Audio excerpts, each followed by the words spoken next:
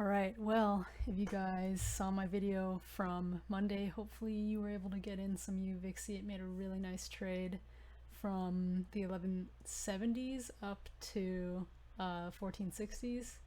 So yeah, it was pretty good in 2 days. But anyway, today I'm going to talk about, are you using the right indicators? So let's check this out. First of all, each chart should have its own unique set of indicators. And what I mean by each chart is I mean the time frame. So like your daily chart, your 5-minute, and your 1 minute or 24-second.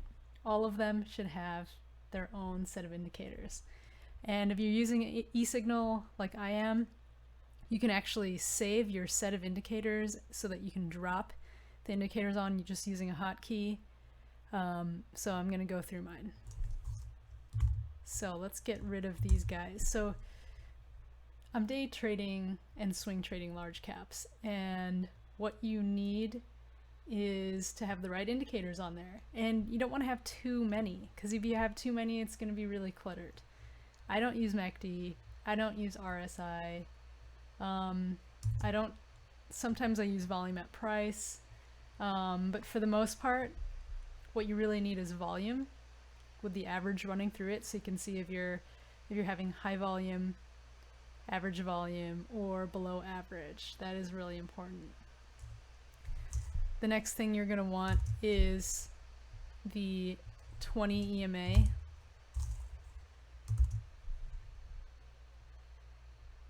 That's this blue line here. The 200 SMA, purple, and the 100 SMA in a light lavender. You can pick your colors, doesn't matter. These are just the ones I'm using. So I have these extra things on here, but over time I've discovered I don't really need them or use them. These are Bollinger Bands, don't need them, create clutter. So get rid of those. The 9 EMA on the daily chart is kind of helpful. It's like a good place to keep an eye out for momentum, but you don't really need it. It's not that important. And I also have the 50 in green. Don't necessarily need that all the time, but it is nice to see it on the 5-minute chart sometimes, just to get an idea of where all the moving averages are.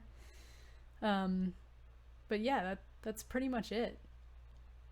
3 moving averages, the volume, and then the ATR. This is really important because it tells you how much your stock can move on that day if you have high volume.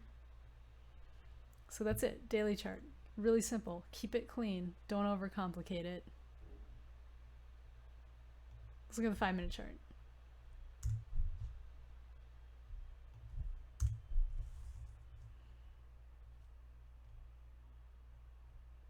SPY is going crazy right now.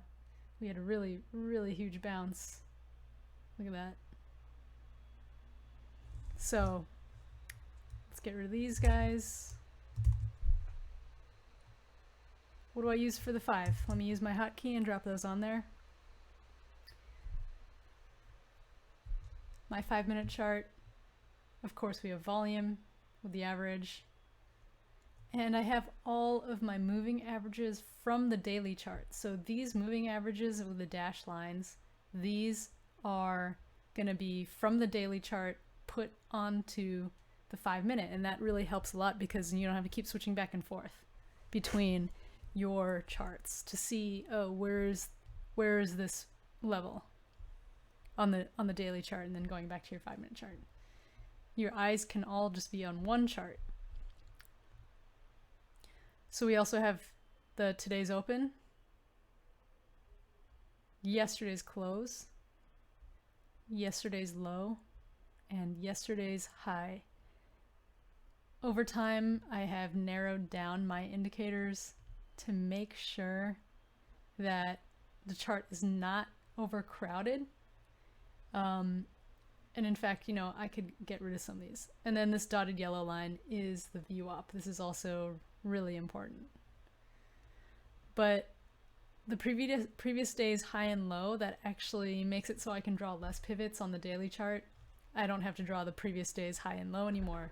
And as you can see, the SPY bounced pretty much nearly perfectly off of yesterday's low. And now we're blowing through these moving averages, the 20 and the 200, and we're coming up to the 9 EMA from the daily chart. So once we get up here into this zone, we're probably going to have a little bit of consolidation and deciding which way we're going next. So those are, I don't necessarily need these because usually the 200 and the 20 and the 100 are the most important. So there's a good chance that we're just going to push through this and make our way up to the 100 because that's a more significant level than this EMA. But we probably will see a stopping, a slowdown in this bounce somewhere around here. Lastly, I got my 24-second chart. This chart is awesome. It tells me everything I need to know in terms of trends and all that. So once again, now I've simplified, so I only have the 3 of the moving averages, but I also like to put, so these thinner blue lines here, those are this is the 20 EMA from the 5-minute chart, and I put it on the 2-minute. I don't want to see the 20 EMA for the 24-second chart because it's just not that significant.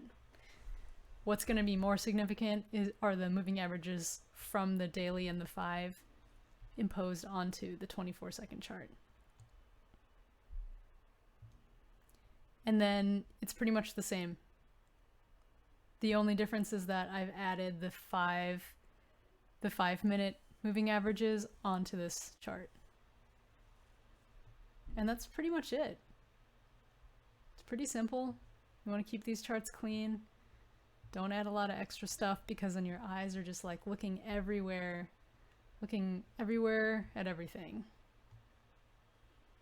So if you guys like this video, please give me a like. It helps out a lot. I have almost 30 subscribers. That's pretty cool.